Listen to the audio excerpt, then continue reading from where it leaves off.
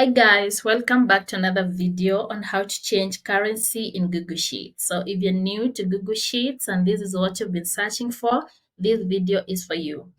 Let's go there. So assuming this is your Google Sheets, you've created it and you don't know how to change the currency, maybe it had a default currency, it had a dollar currency, or it had a currency of a different country that a client uses, and now you want you to use a specific currency, here's what you're going to do. Let's go there.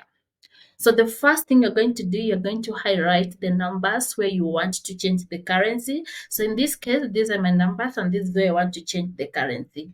So once you click on that, you're going to click on format and then you click on number. And then once you place your cursor number, it's going to show more items on the right side. You scroll down to custom currency. That's if you haven't used any currency that appears on the options. And once you're on this one here, once you're on this pop-up, you're going to scroll down to the currency of your choice. So assuming your currency is in euros, you're going to click on that and then click apply. So it would be here. Let's assume euros is not your currency and you want to have a different currency. You're going to go through the same steps, and then you scroll down to custom currency.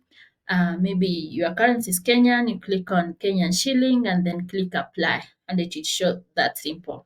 Assuming your currency is in different, you have a different currency than mine, assuming it's Filipino or it's Philippine pesos, you're going to scroll down, find it here, click on that, and then apply. The same case applies to all other currencies that you want to change or use in your Google spreadsheets. Thank you so much for watching the video. Don't forget to share this video with your friends and don't forget to hit that subscribe button so that you can be notified every time I share a new video. Feel free to ask your questions in the comments. Thank you so much. Have a great day.